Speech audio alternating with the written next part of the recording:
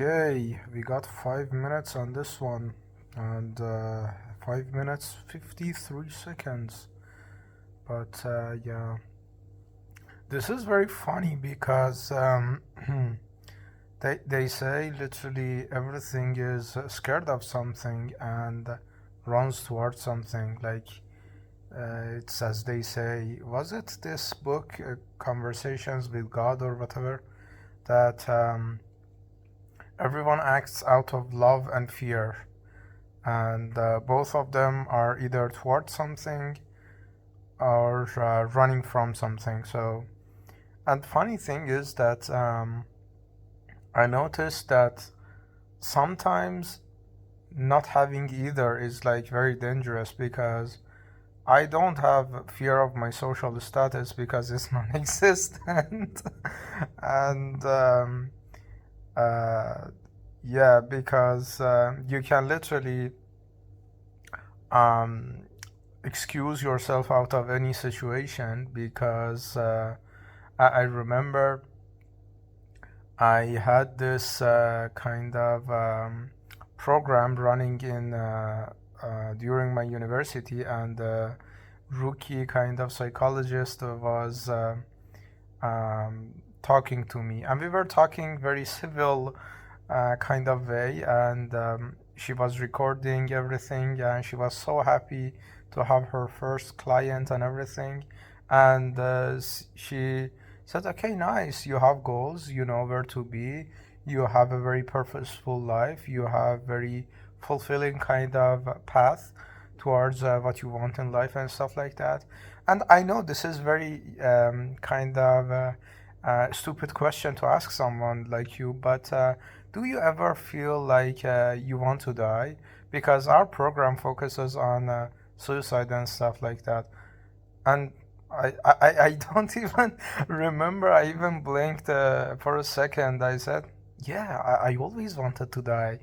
Um, and she was like, no, no, no, let me repeat the question. And basically, she had me on fucking recording saying, yeah, I want to die. And she didn't know how to react with that. She said, okay, let's call a suicide hotline. Let's call 113. And because I had already done that, like by that time for 3 or 4 months, I said, okay, you do it. I didn't even tell her I have done it before or not, but I said, okay, you do it. I don't know how it works, and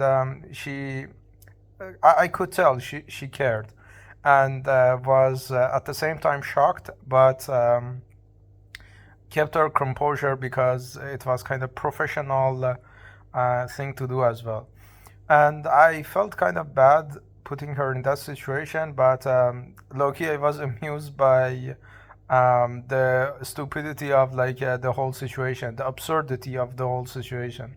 The She talked to the kind of suicide hotline on behalf of me, explaining the situation while we were on recording, and she said, "Okay, pursue this and go visit this." And I said, "Okay, okay, okay, okay," and I kind of let her off the hook of the whole conversation.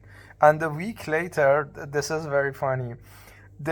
Her kind of mentor emailed me and said, "Hey, I appreciate your candid kind of participation in the program, but you're not the fit kind of candidate for our kind of free therapy kind of program we got for rookies and stuff like that. We appreciate your," as if nothing had happened, as if I had applied for a job and I just wasn't the right fit.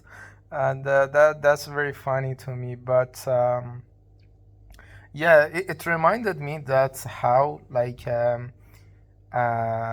like distant so many people are out of reality of how these things function, that they say, okay, we have a structure for this, and because we have a structure for this, I just need to get you to the hospital, like as if someone is literally bleeding to death, and you just rush them to the hospital, and they're magically gonna be like good as new, you know? that's how the thing worked. And yeah, that just caught my attention. Recently I had a little bit of talk with so many people about like life and stuff, and it's just like so funny how the whole thing works. But yeah, I'm running out of time with my phone storage, and at least I get to be me in these recordings, and for whatever it's worth, it's kind of liberating to be me without